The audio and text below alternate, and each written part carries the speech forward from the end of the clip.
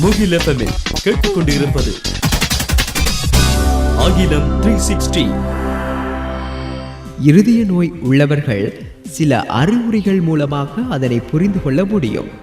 மூச்சு திணறல், தோள்பட்டை வலியுடன் கூடிய மார்பு வலி, நடக்கும் போதும் ஓடும் போதும் உயரமான பகுதிகள் ஏறும் போதும் மார்பு வலி ஏற்படுதல் போன்றவை மார்படைப்புக்குரிய அறிகுறிகள் ஆகும்.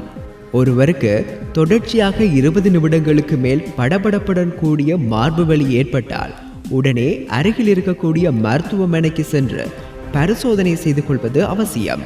இருதயத்துக்கு செல்லக்கூடிய இரத்த குழாய்களில் கொழுப்பு சக்திகள் அதிகமாகி இரத்த ஓட்டத்தை தடுப்பதனால் தான் மாரடைப்புகள் ஏற்படுகிறது.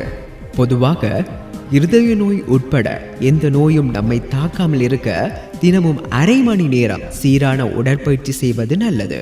இரவு தூங்க செல்வதற்கு முன்பாக ஏறத்தாழ 2 மணி நேரங்களுக்கு முன்பாக சீரான அளவு உணவு உட்கொள்ளல் வேண்டும்.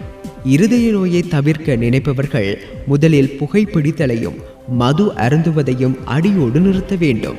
இது தவிர இறைச்சி, எண்ணெய் பலகாரங்கள், கொழுப்பு சக்தி நிறைந்த உணவுகளை தவிர்ப்பது நல்லது. சமச்சீர் உணவு, போதிய உடற்பயிற்சி, தினமும் நல்ல தூக்கம், இரத்த அழுத்தத்தை சீராக வைத்திருத்தல், வருடத்துக்கு ஒரு முறை உடல் பரிசோதனை செய்து சர்க்கரை, கொழுப்பு, இரத்த அழுத்தம் கூடியிருந்தால் அதற்குரிய மருந்துகளை மருத்துவரின் ஆலோசனையுடன் தவறாமல் உட்கொள்வது ஆகியவை கவனத்தில் கொள்ள வேண்டும்.